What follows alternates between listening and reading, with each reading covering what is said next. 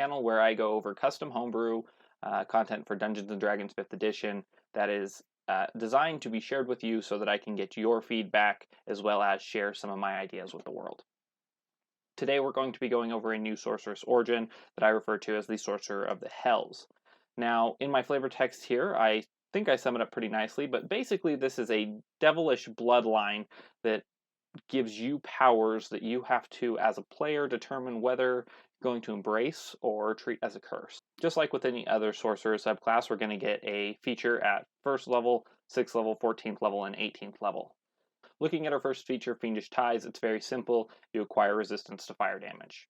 The other feature that we're going to get at level 1 is Devil's Tongue. What this does is gives you a more potent enchantment spell casting, meaning that when you cast Charm Person or Dominate on a target, they have disadvantage on the saving throw to shrug off that effect. That's not just the initial saving throw, that's all of the ones after that. However, if they succeed on the first spell cast, the effect is no longer. So it's just a once per day per target type thing.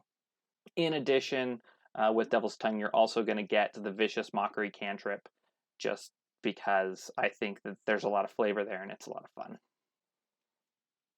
The next feature we get at 6th level is Contractual Magic.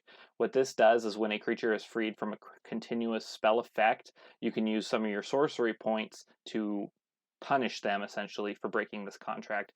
You do 1d6 damage per spell slot level of the cast spell. So let's say you cast Charm Person at 3rd level, so we actually affect 3 people. Each time one of them breaks free, assuming that they failed their initial saving throw, you can use 2 sorcery points to punish them and do 3d6 psychic damage. So the idea with this is that when they fail a saving throw, they're entering a magical contract with you.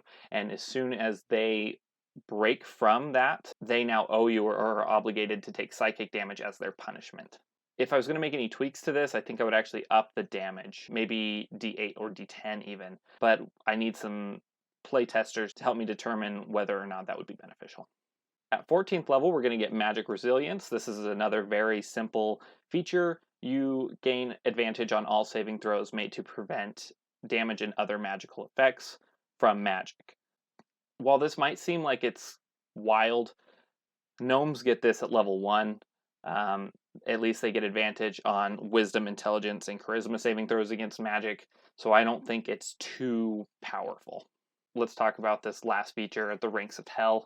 So because of your standing amongst the devils in the hells, you are able to now expend 10 sorcery points starting at 18th level to summon a devil to act for you. This devil is beneath you in the ladder, or at least that's the idea, and they have to obey you. They have to listen to you. They have to do what they are told. They last for up to an hour. You don't have to maintain concentration, and they do what they're told. And at any point, you can dismiss them and send them back as an action. We also are going to get the ability to speak and understand Infernal if you don't already have that, so that you can communicate with these devils that you summon.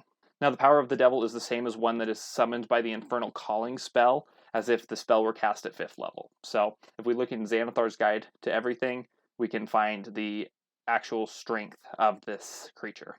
And that is the Sorcerer of the Hells subclass for Dungeons & Dragons 5th edition. Hopefully you guys liked the video. If you want to see more of this content, go ahead and subscribe. I'm going to try to put out 1 to 2 of these a week, but maybe more if I have enough. Right now I have a backlog of 3 or 4 after this one. So feel free to leave comments. Again, playtest these for me and let me know what you think. If there's a one-shot that you have coming up and you don't know what to do, talk to your DM, see if this is okay. I'm super excited about this subclass. It's one of my favorites that I've made so far. So with that, I'll catch you guys in the next one.